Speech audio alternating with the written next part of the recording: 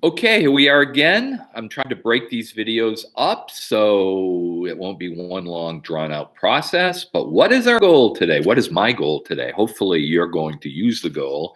My goal is to go through the 2018 free response questions and answer them for you, read them and answer them. And maybe you could actually look, if you wanted to look at them and give them a try before you looked at the answers, you could do that.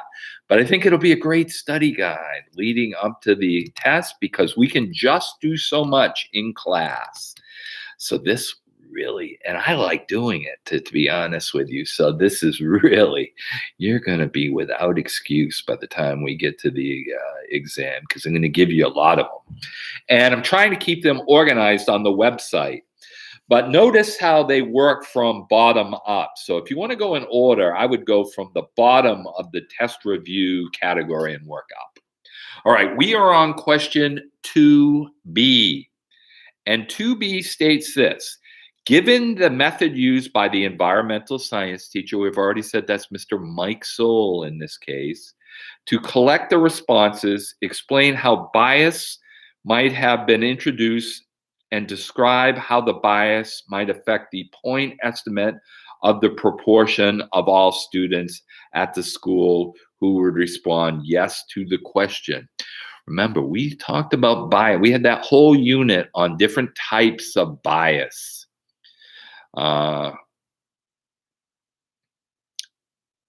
kinds of voluntary response bias, just response bias.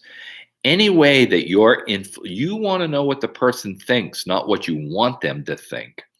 So let's just I don't think I need the board. I still have the notes from the last question. I don't think I need the board. This is just kind of a talking to you type question.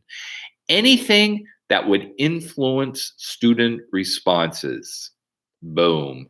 One thing I noticed as I went through, it said the teacher selected a random sample of students to survey. Each student went into the teacher's office one at a time and was asked to respond yes or no.